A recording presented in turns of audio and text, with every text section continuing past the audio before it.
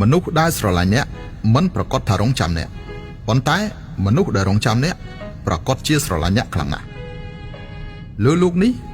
រឿងដែលមានសេចក្តីសុខខ្លាំងបំផុតនោះគឺមួយជីវិតបានជួបនឹងមនុស្សដែលយល់ចិត្តយល់ថ្លើមសុខចិត្តរងចាំអ្នកជារៀងរាល់ថ្ងៃរងចាំអ្នកជជែកគ្នាលេងពិភាក្សារឿងក្នុងចិត្តនិយាយភាសាបេះដូងដ៏កក់ក្ដៅតើពិតជាអញ្ចឹងមែនទេមានអ្នកយល់ចិត្តគេលែងអាណិតខ្ញុំហើយតើប្តីប្រពន្ធជាអ្វីប្តីប្រពន្ធមិនមែនជាសត្រូវនឹងគ្នាមិនគួរគិតតែពីការសង្កត់សង្កិនគ្នាឡើយអាពាហ៍ពិពាហ៍ក៏មិនមែនជាការប្រកួតប្រជែងដែរមិនគួរគិតតែពីការប្រជែងឈ្នះចាញ់គ្នាទេប្តីប្រពន្ធពិតប្រាកដគឺនៅជាមួយគ្នាមួយជីវិតការពារគ្នាមួយជីវិតអធ្យាស្រ័យគ្នាមួយជីវិតយោគយល់គ្នាពេលឆ្លោះគ្នាមិនប្រងើយកន្តើយដាក់គ្នាពេលនិយាយលេងមិនខឹងសម្បាដាក់គ្នាទោះបីលំបាកយ៉ាងណាក៏មិនខឹងទោះបីនឿយហត់យ៉ាងណាក៏មិនធន់តែ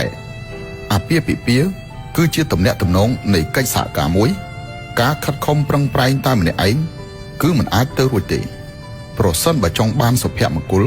គូស្វាមីភរិយាត្រូវតែរួមគ្នាថែរក្សាគ្រួសារនេះទើបគ្រួសារមានសុភមង្គលអាចដើរទៅមុខបានកាន់តែឆ្ងាយដោយពាក្យចាស់ផ្ដាំថាគ្រួសាររួបរวมគ្នាជាកម្លាំងដ៏ខ្លាំងក្លា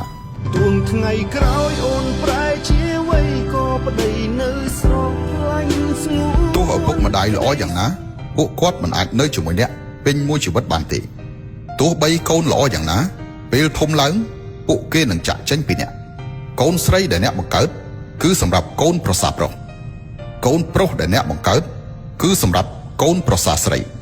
មានតែភរិយាទេដែលពិតជារបស់អ្នកជីវិតដែលនៅសេសសល់ចូលធ្វើល្អចំពោះភរិយាបានច្រើនព្រោះបន្តិចម្ដងអ្នកនឹងឃើញថា